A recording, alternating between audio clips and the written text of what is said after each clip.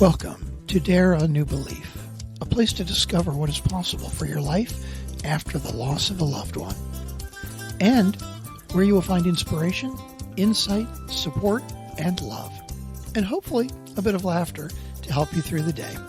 Now here's your host, Nada Hogan.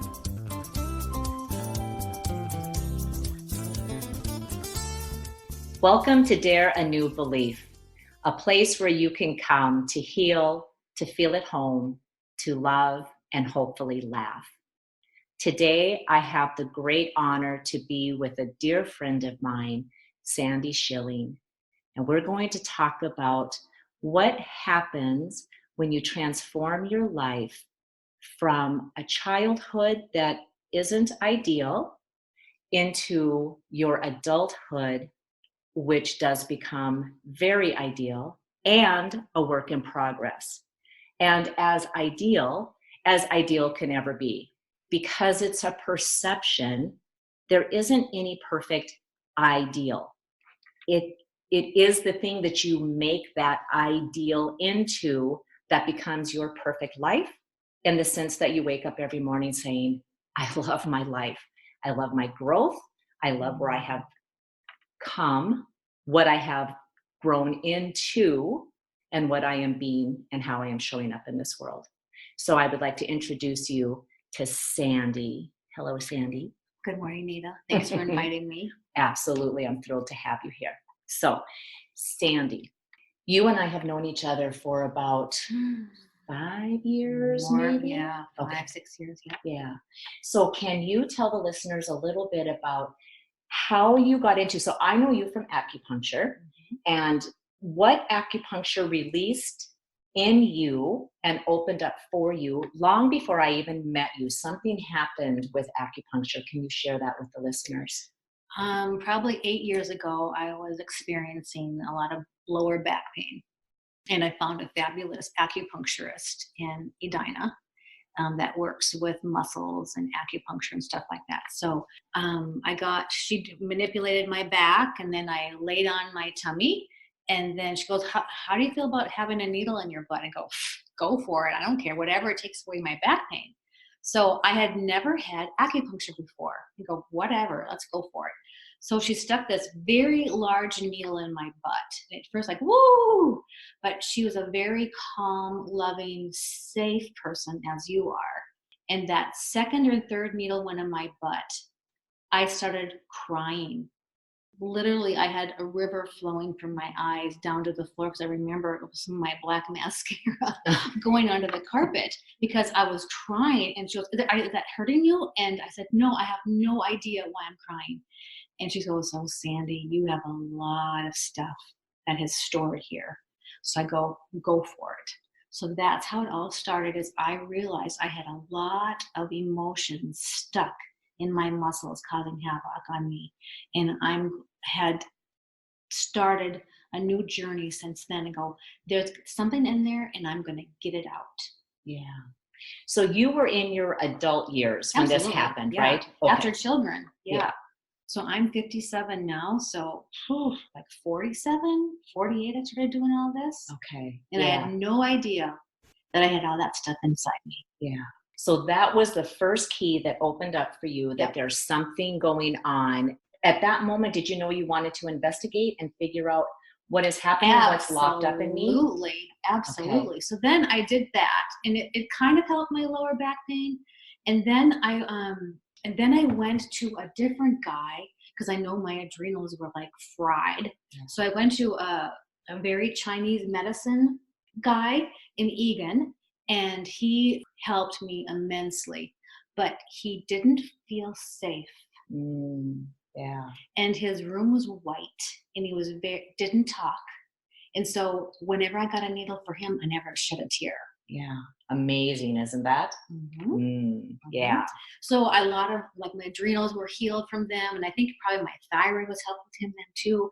And then a friend of mine, Sonia, she went to you and she goes, hey, we have this Groupon coupon. Let's go to, you want to try Nita? And I go, sure. So, sitting in a chair and not too many people around, I go, this is a good deal. I'm going to keep on coming back here. So probably the second time you're talking in your very calm, loving, safe voice.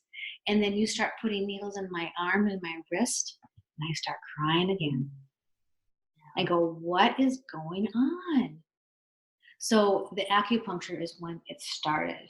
Yeah. But do you want me to go on to that? Yeah. Oh, okay. Yeah. So then you said, you know what, Sandy, I don't think I can help you with all of this stuff. Have you ever heard of EMDR?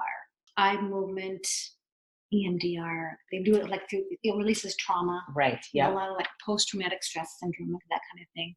So she was just down the hallway from you. So I went to her 3 different times. And oh my gosh, that was super painful. Yeah. And painful, why?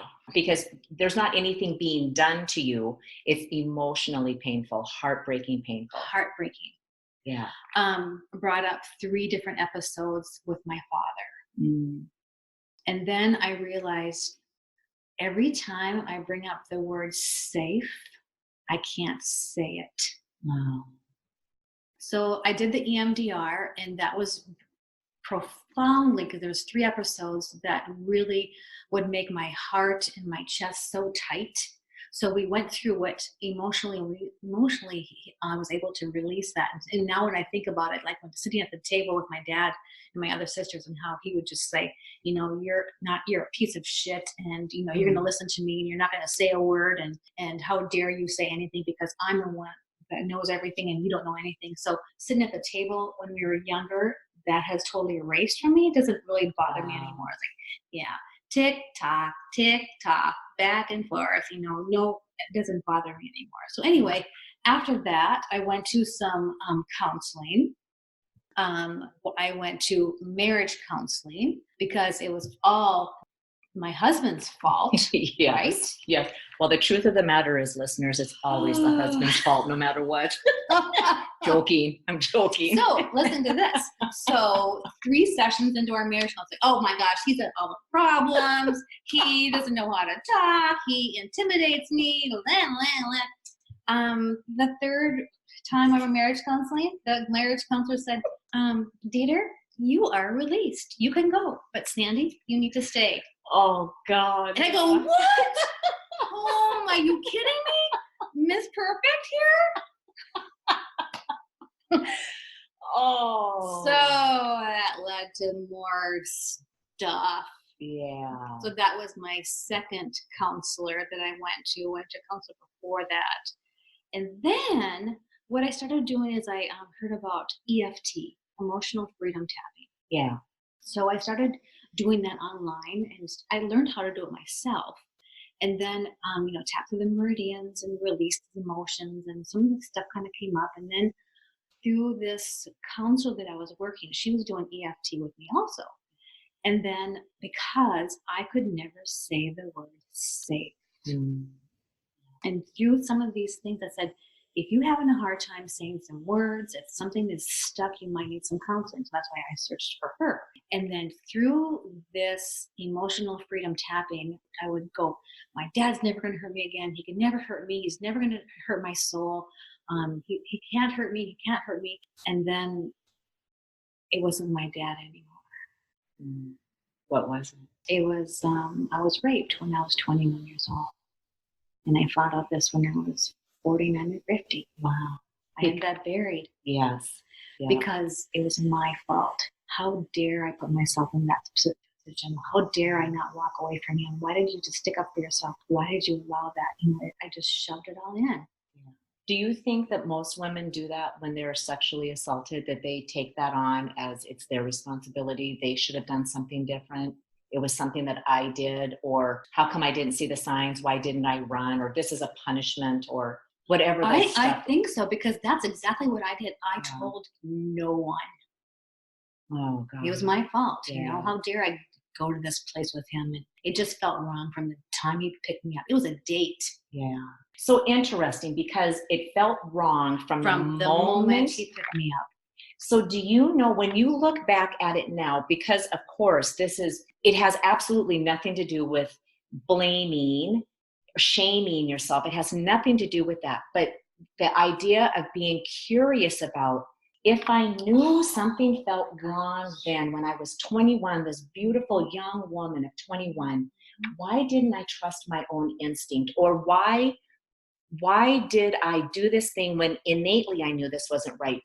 Have you come to that? Oh, I can think of 6 different things. Yeah. You know, he was smoking. He picked me up and he was smoking, and he was dirty, and he picked me up in this gross car, and he brought me to a bar for a date, and then he brought me to his apartment with 10 million people there, and then he brought me out to the pool on the cement. Anyway.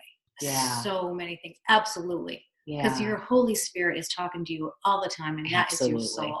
Absolutely. That is your soul talking to you.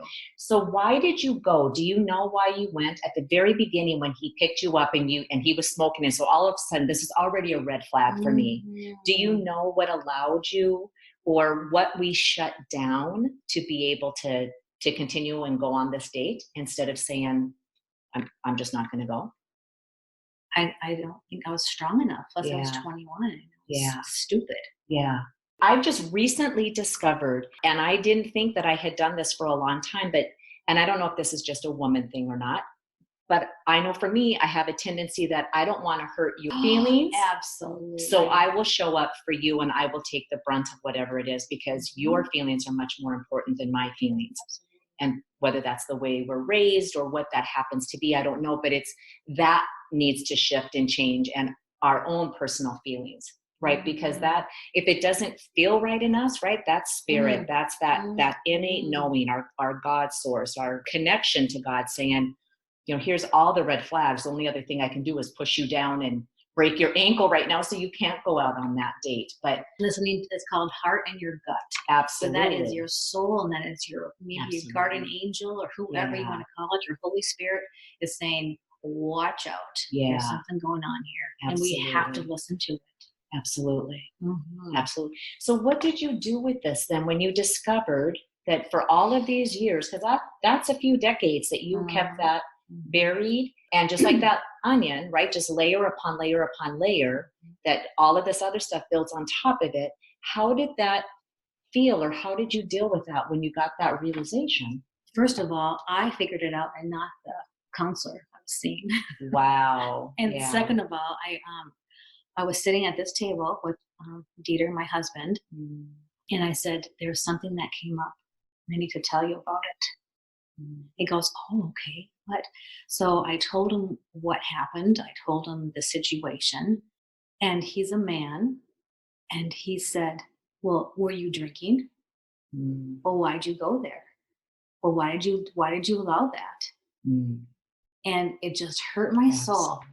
Yeah. And probably about 2 minutes later, I'm not a big talker because I was never allowed to talk, with my father. And that's what caused all my marriage issues. I never talked. I never told him. I was unhappy because how dare I talk to him? I was treating my husband like as if my father. So anyway, so I sat there and I thought about it, like he just put a hole in my heart with a dagger, with those words. And then I said, so let's turn this around.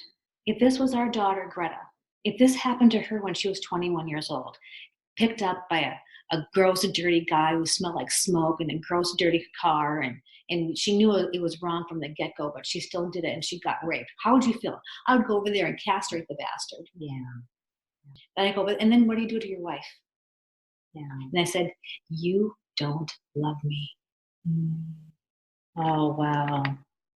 You don't love me the way I need to be loved. That hurt him.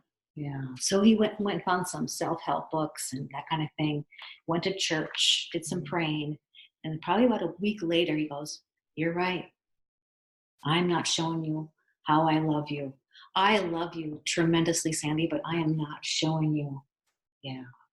So that really turned our marriage around, where he realized, I need to show her that I love her. I need to tell her I love her. She can't assume that I love her because I wouldn't ask for it. Right. Ask for it? Are you kidding? No. Right. You don't ask for things. And can you see how that makes it so difficult? You don't know how to ask for it because that was part of your upbringing. You don't ask, and especially I'm not going to ask this man for it. And this man doesn't know that I'm not showing you love. And so it ends up being this marriage that it's like you go through the motions doing everything, but it's not this deep rich, communicative relationship, because we're missing these pieces and it feels like you're just on opposite sides of the world with one another. Yeah. And then you come together and have dinner and go through the motion, and Exactly. and it looks beautiful from the outside, and on the inside it's cold and empty inside of you, and I don't know how it felt. Yeah, because the first marriage counseling we went through, there was a questionnaire. It was like, when you fight, this happens, and when you fight, and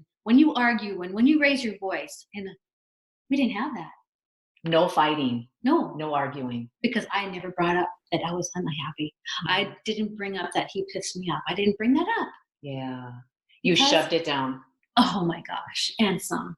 Yeah. I gave myself an eating disorder because of it too.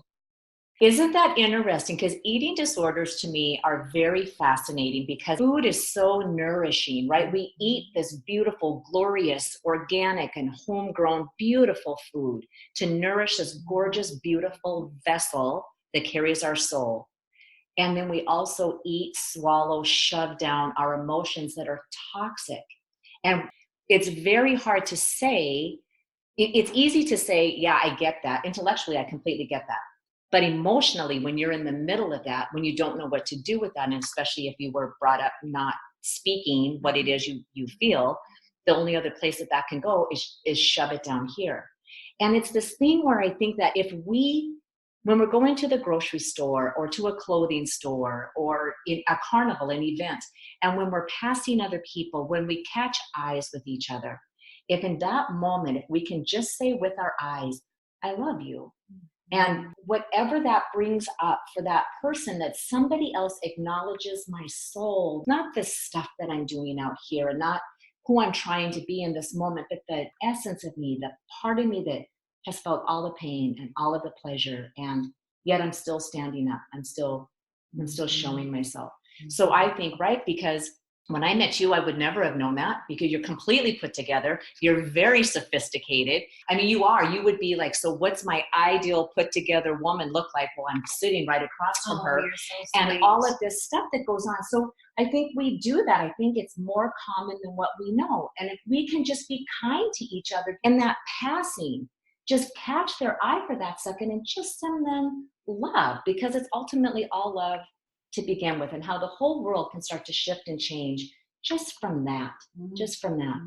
So if we can talk about the eating disorder, how did you work through all of that? Because I would imagine that's decades of stuff shoved down there, and now I'm working through that so I can become healthy again. How did you start I that? started when I was 12 years old. With the eating disorder? Okay. Because my mom would binge, and then she'd purge. And then I witnessed it. Yeah. And go, cool. So I can eat and I can throw it up, and then I can be thin. Yeah. And my mother put thin people on a pedestal. She did until the day she had her stroke, when she couldn't talk anymore. Thin people were always awesome and perfect, and they were on a pedestal. So anyway, it started at 12, and then it got kind of bad in college. Yeah. And then it never really stopped. Yeah. And my darkest moment is when we lived in Toronto for 3 years because of Dieter's job. Okay. I wasn't working. I was a stay-at-home mom. When you cook and you clean and you volunteer and go to a Bible study, just something was missing. Yeah. And I was stuck at home, and it was very, very dark. And I feel that the more I studied the Bible, the more Satan got a hold of me. Oh. I know it was. I go, why? I am studying the Bible. I'm going to this awesome weekly thing with a bunch of women and having coffee. And why are things so dark? And Satan had me. He just had me. And the eating disorder was terrible. Because I never talked to Dieter. Never talked to him. Didn't tell him how unhappy I was. Yeah. You know, here and there, wings and waves, when I'm stressful, especially when I went to counseling. Let me know if I'm talking too much. No, you're good. You're good. I just love your story. When I went to counseling, especially this very last time, she would bring up some stuff that was really, I wanted to go home and eat chocolate. And one time I did. Yeah. I go, okay, so how's that working for you, Sandy? Yeah. You're shoving down food because you're afraid to talk about this, because I've never been able to talk. And talking about myself right now is a little uncomfortable because I like to listen to people. Yes, you do. And not talk. So going to a talking counselor, it was hard for me because they wanted me to hear from me. I was like, what? I really don't, I'm uncomfortable talking about myself. So anyway, I was talking about myself, super uncomfortable, coming home, and I binge and purge one time and go, okay, how's that working for you, Sandy? Yeah. It's not. So the last time I was with, like, this is like my fourth counselor, she pissed me off. Yeah. I was supposed to defend myself. She said something and I was supposed to defend myself. I go, I don't defend myself. I don't fight. I don't argue. I run. I run from arguing. I'm not going to argue with you. So I was done. So, but I do want to bring up this last thing that I did was super, super healing for me. I know a lot of people don't believe in it, but past life regression. Yeah. I feel our soul has been here before. Yeah. Many times. Yeah. We're energies. Yeah. We're in a different body. We're in a different vessel. And somehow God, or whoever you want to think of, has erased our memory from that. Yeah. So we're here for another reason. And as I know you're an old soul. You've been around many, many times, Nada, because you are so calm and loving and knowing that this body is just a vessel for our beautiful soul. And I've been called an old soul before too. Mm-hmm. So another person suggested to me, well, have you ever done a past life regression? I go, what is that? But sure, I mean, I'm up for anything. Yes. Yep. So I go to, can I say his name? Sure. Yeah. Eric Christopher. That's his name. Eric Eric Christopher. Christopher. You have his card in your Yes. lobby. Yes. I go to his house and I go up into this room and there's a picture of Jesus. There's a picture of an angel. Very Christian, a very good feeling of the room. I'm kind of into feelings. Yeah. He said, so what do you want to do? What do you want to find out? I go, I want to know what true happiness is. What is true happiness? Yeah. So before we started, we said a prayer and he said, guardian angels, guides, whoever is here in this room with us, please help Sandy see true happiness or feel true happiness. What is true happiness to her? So it's a meditative type of guided, it's not a trance type of thing. Right. Because you're alert the totally whole alert, time. Yeah. Totally alert. So we relax from the head down to your toes, and you're going to go through a tunnel. And at the end of the tunnel, this took probably 20 minutes to get there. Yeah. I totally know what's going on. So at the end of this tunnel, he goes, what do you see? And I see pink and white fluffy clouds with a castle behind it. He goes, what's on your feet? And I wanted to say something to go, I can't see my feet. Yeah. And then he goes, well, what's on your head? Or what color hair do you have? Blonde. I go, girl or you a boy? I'm a girl. I'm in a gown. I'm in a pink, white gown. So I go into this castle, not scary at all. So I end up being by this very large table, like it's medieval time, probably 20 different people sitting at the table, and they all have dark hair, and I'm standing. And he goes, well, do you have a husband? I wanted to say I had a husband. I'm making this up, but I go, no, I'm not. And I'm not sitting and I'm not eating. I'm just standing there.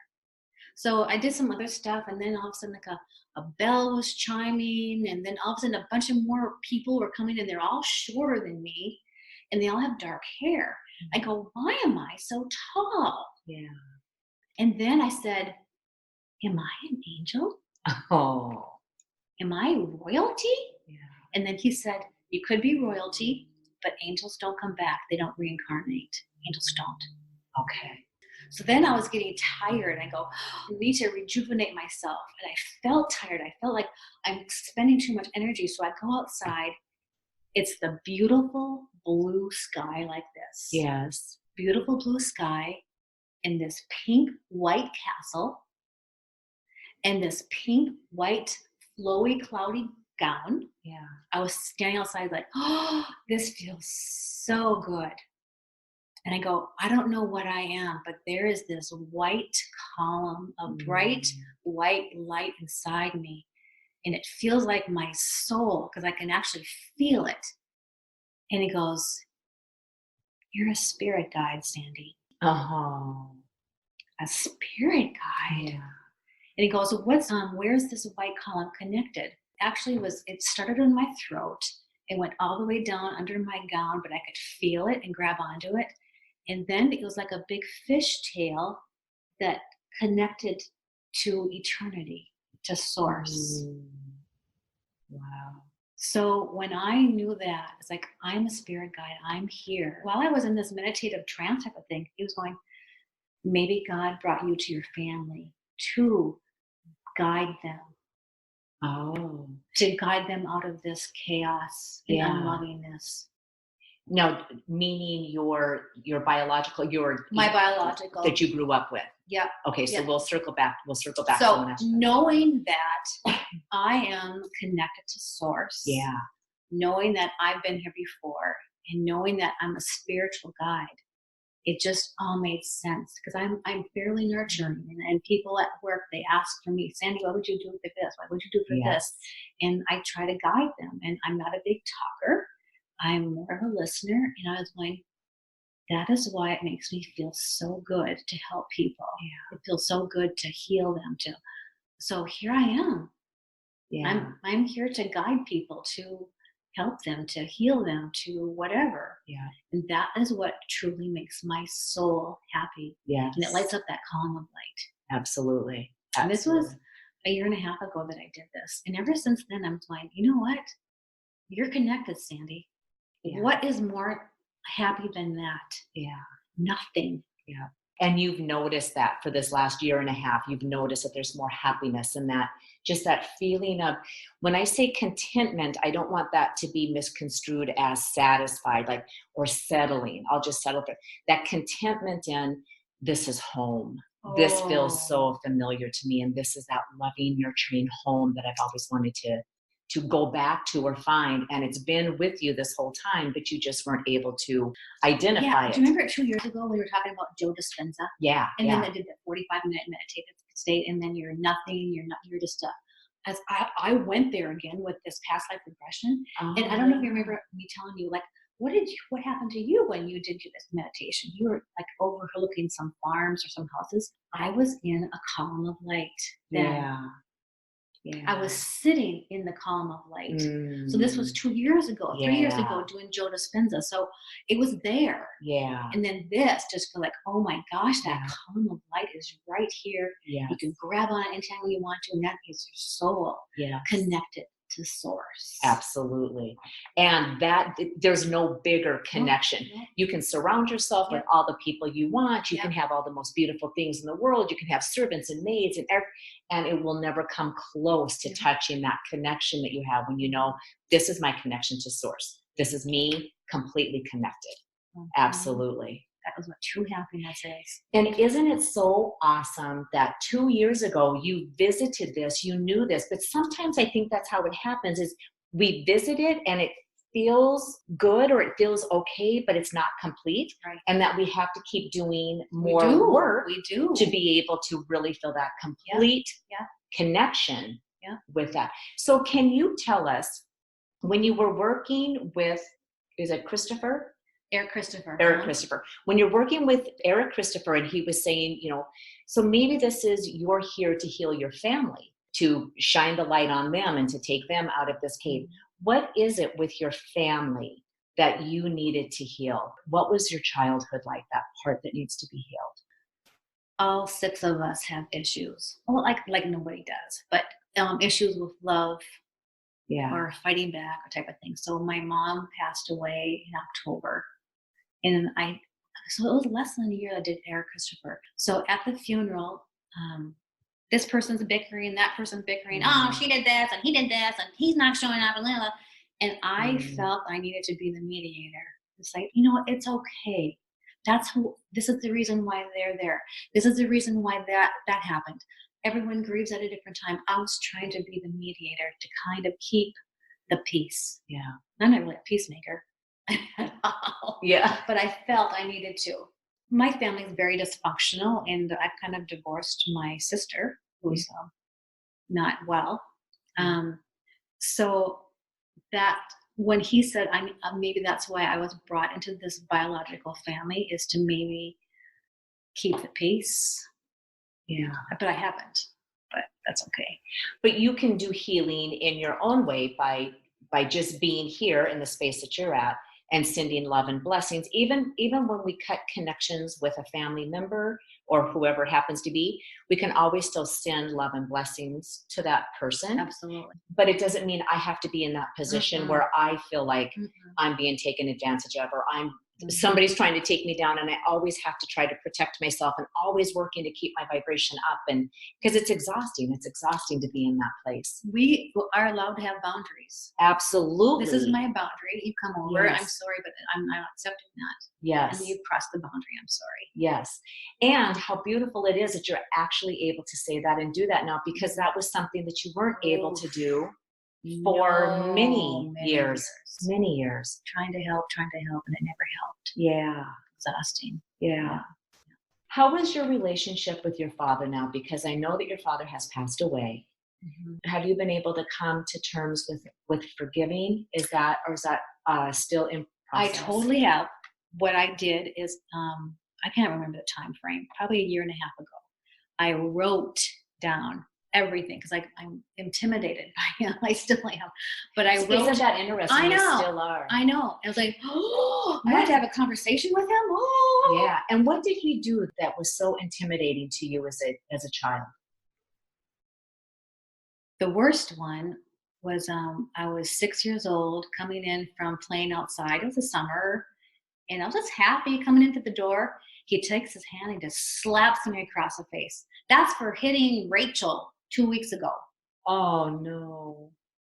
He didn't want to hear my story. He didn't want to hear anything. He just decided to slap me across the face. That was his thing, slapping people across the face. Oh, he didn't want to hear anything. Yeah. So many times, like, he take out a belt and beat my brothers. I'm not going to go into detail. So he's just a very angry man. And that was the reason why you just learned, I just don't say anything, especially to a man. I shut up and I hide. Yeah. And I don't argue. I don't bring up my side because no one wants to hear it, because he just slapped the crap out of me. Yeah. Yeah. So it was intimidating with him. And now you know that that's not true. Oh, I mean, it's still, I'm sure, still a work in progress, trying to get through all of that. But now realizing the truth of it, that it really had nothing to do with me at all. It was where my father was in his life. And it was directed towards me. So, of course, it feels like it was me. I was bad. I did it wrong. And I shut down and all of that. But then knowing that's not the truth of who you are.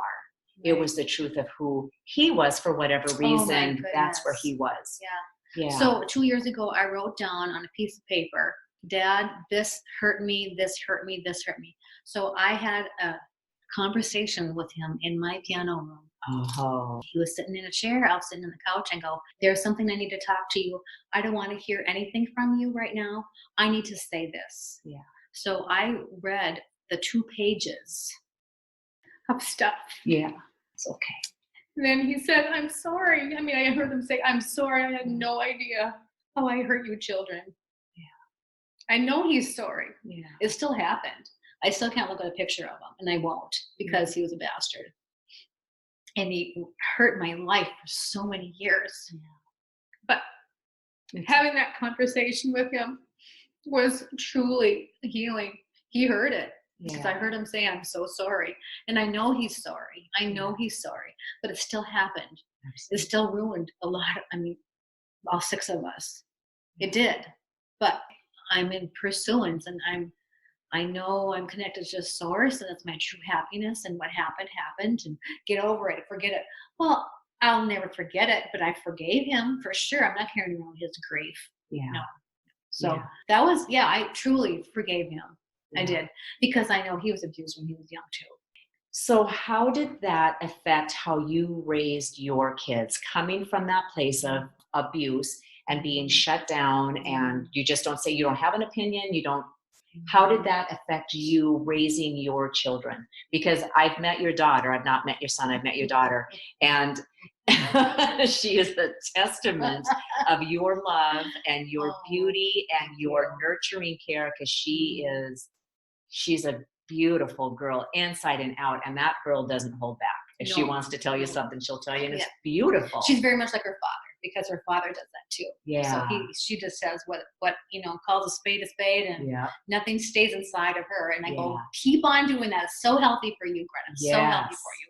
So she says what on her mind. What was I saying? How that affected raising your children, having that background. I think I spanked them twice Yeah. when they were 2 years old. Yeah. With a padding of diaper on there and stuff. The rest of the time, I never hit them ever. Yeah. They sat in a corner for discipline. I was consistent with Dieter. When I said something, I meant it, and they knew it. I have always said to Greta, I'm so happy that you are telling me. Was it nice to argue with her? I'm like, no, I wanted to run from my daughter. I don't argue. So I had to run from her sometimes. Like, oh no, she's home. I have to argue with her. She's 14 years old. Oh. Those fun teenage years, and for a girl. Oh my gosh. And then Kurt was a little bit, he's kind of more like me, keeps stuff inside, but he's a guy, he's not a big talker. But he'll say something. I mean, he'll say, Mom, you're such a passive aggressive person. I go, I probably am. Yeah. Do you think that's true? Do you think you are? Mm-hmm. Okay. Mm-hmm. Because how I know you, when you talk about you're quiet and you're a listener, you are a very intent listener. Mm-hmm. And you don't hear the words. You hear the feeling. Big time. You hear the meaning behind it. So anybody can say whatever they want to say to you, and that is not what you hear. You hear that person, the soul of them talking to you. Yeah. And it's such a beautiful gift to have. It is. So And you have been nurturing and loving and caring, and people do come to you for advice and guidance. And which I'm happy to, though. Yes. I love it. Right, exactly. And it's like, maybe that's this is my purpose. This is the reason that I'm here. This is my old soul's job here, is that nurturing, listening, guiding, right? The angel guide and helping people along the way. Mm-hmm. Yeah. Yeah. Oh, Sandy.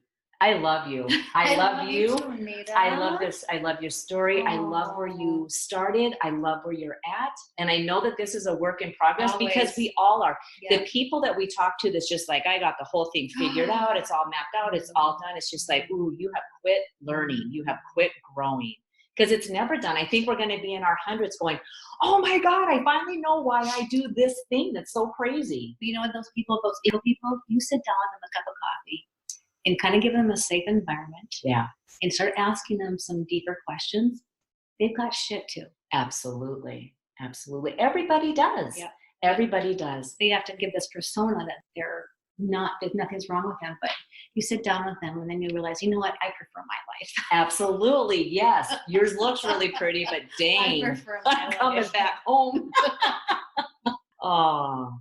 So as we start to wrap this up, Sandy, is there any advice? Because I know that there's nuggets and there's wisdom, and people listening to this like, oh my God, I feel the same way. And I have been there. And if Sandy can do it, then I know that I can do it too. Is there any advice that you can offer to the listeners, that just something that you gleaned from all of this? Listen to your soul. Like, I'm grabbing this column with both my hands inside in my chest and my belly. And that is your spirit. That is an angel. That is God. That is your heart speaking to you. Listen to it and get out of your head. And you have to quiet that head. But how does it feel inside? Like making that decision. I don't care what your mind says, but how does it feel? And you can feel it. Yeah. Quiet down. So just grab onto that calm light inside you. And how does it feel? If it feels right, then go for it. Mm-hmm. If it doesn't feel right, then don't do it. Absolutely. Yeah. Absolutely. That's my biggest thing that I've learned through all of this. Yeah. Yeah. And if you feel it and know it, and for whatever reason, if you don't feel confident enough to follow that, and you follow your head instead, forgive yourself and just know, like, I'm learning how to do this. And like anything else, it takes us a while to learn it and really be able to master it and do it where it's more beneficial for us. So it's always about forgiving ourselves too, because we're going to trip up along the way. We always do. Yeah. I love you, Sandy. I love you, Nada. Thank you so much for this time. Sweetheart. You're a doll. Thank you. I'm so proud of you. Yes. All right. Everybody, I will have information on the show notes. So if you would like to know information about Sandy, or if you would like to communicate with Sandy, all you have to do is reach out to my website, and that will also be on the show notes. And yeah, we'll take care of you, because this is all about making it a really beautiful world. I want to cry with joy tears because I just adore you so much. I love you, Sandy. Thank you. Bye-bye, everybody. See you next week. Thank you for spending time with us today. Please go to nadahogan.com for show notes and other information that you can use right away. If you like what you've heard here, please subscribe to the podcast. And don't forget to rate and review right there on iTunes, Stitcher, or however you get your podcasts. And don't forget to tell your friends about it. We'll see you next week.